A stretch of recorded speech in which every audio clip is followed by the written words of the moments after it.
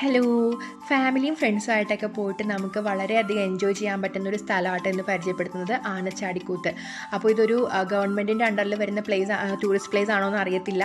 കാരണം നമ്മളൊരു പ്രൈവറ്റ് പ്രോപ്പർട്ടിയിൽ അവിടുത്തെ അങ്കിളിന് പൈസയൊക്കെ കൊടുത്തിട്ടാണ് കാറൊക്കെ പാർക്ക് ചെയ്തിട്ട് കുറേ ഇങ്ങനെ ഒരു റബ്ബർ തോട്ടത്തിൻ്റെ ഇടയിൽ കൂടെയൊക്കെ കയറി ഇറങ്ങി ചെല്ലുന്നത്. ശരിക്കും നമ്മൾ ഈ പാറ കണ്ടിട്ടുണ്ടെങ്കിൽ ശരിക്കും ആന നിൽക്കുന്ന ഒരു ഫീലാണ്. ശരിക്കും അവിടെ ചെന്ന് കഴിഞ്ഞാൽ ഈ ഒരു പ്ലേസിൻ്റെ ബ്യൂട്ടി ശരിക്കും അറിയാൻ പറ്റത്തുള്ളൂ കേട്ടോ.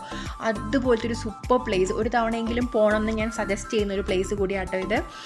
പിന്നെ വളരെ കൂളാണ് അവിടെ, കാരണം വെള്ളച്ചാട്ടമാണല്ലോ, അപ്പോൾ അതിൻ്റേതായിട്ടുള്ള തണവും കാര്യങ്ങളൊക്കെ തന്നെയാണ്. പക്ഷേ നമുക്ക് ഫാമിലിയും ഫ്രണ്ട്സും ആയിട്ടൊക്കെ വളരെ സേഫ് ആൻഡ് സെക്യൂർ ആയിട്ട് നിന്ന് നമുക്ക് എൻജോയ് ചെയ്യാൻ പറ്റുന്ന ഒരു വെള്ളച്ചാട്ടമാണെന്നാണ് എനിക്ക് ഫീൽ ചെയ്തത്.